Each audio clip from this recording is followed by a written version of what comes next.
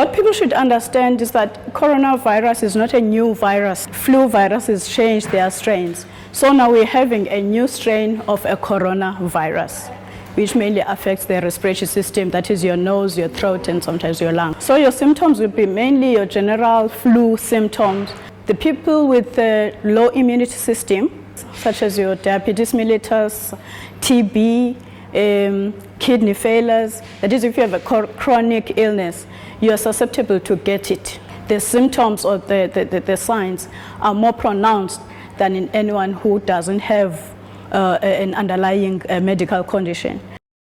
If a person has flu-like symptoms, that is you have this headache that is just not going, you are coughing a lot, you are sneezing, you're feeling generalized weakness or tiredness, that person should approach the nearest health center.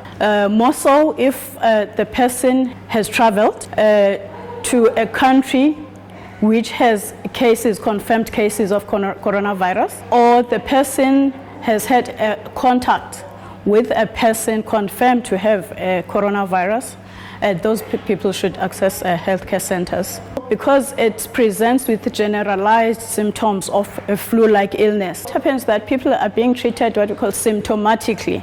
We treat them with what they come with. If the person is coughing, we treat the cough. If the person's got a headache, if the person, so we treat them symptomatically. There's no specific treatment per se. You take the traveling history of that person, you take the medical history, and then you examine. Because if the temperature is 38 or higher than 38 degrees Celsius, and then clinically the person is sick looking, is breathing fast and all that, then you have that index of suspicion given the traveling history as well, or the contact history. There are two swabs. One is through the nose, it's called the nasopharyngeal, and the other one is the throat swab. So we send those swabs, then we confirm the diagnosis.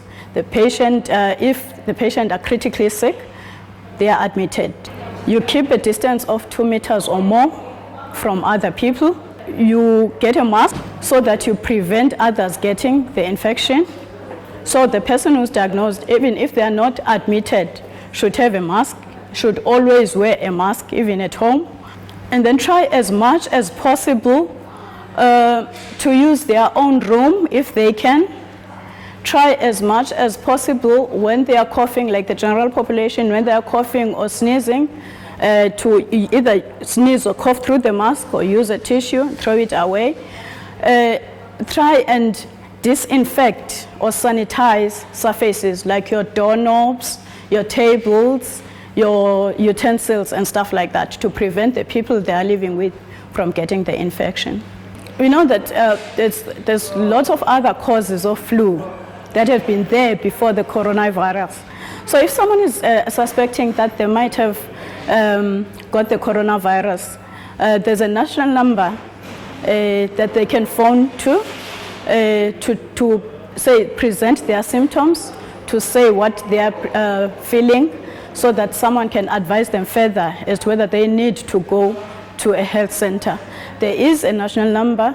There is also a WhatsApp number that they can phone.